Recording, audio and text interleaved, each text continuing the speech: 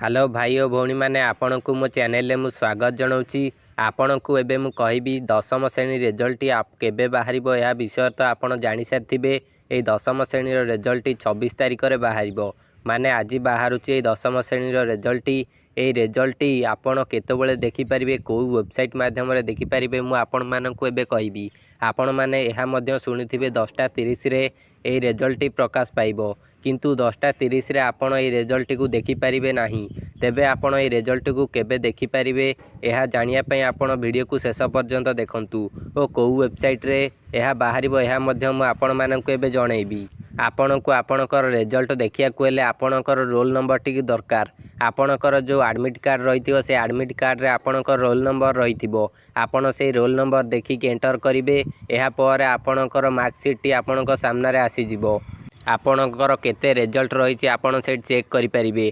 आपण Odisha result official website रे जाई देखिपारे नले बीएससी ओडिशा ऑफिशियल वेबसाइट रे मध्य देखिपारे। यही दुईटी वेबसाइट लिंक मु डिस्क्रिप्शन बॉक्स रे दे देछि। आपण सेठु जाई वेबसाइट दुईटी को चेक करी मध्य पारिबे।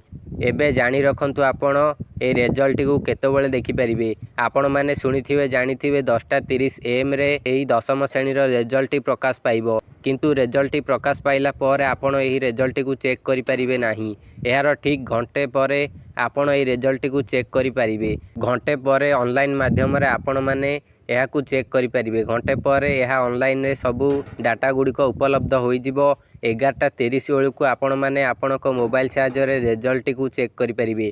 10:30 रिलीज हम यापर आपण घंटे छाड़ी 10:30 पर आपण देखिपारे आपणकर रिजल्ट को। ओडिशा रिजल्ट ऑफिशियल वेबसाइट नले बीएससी ओडिशा ऑफिशियल वेबसाइट रे आपण जाई आपणकर रिजल्ट को चेक कर नहीं पारिबे।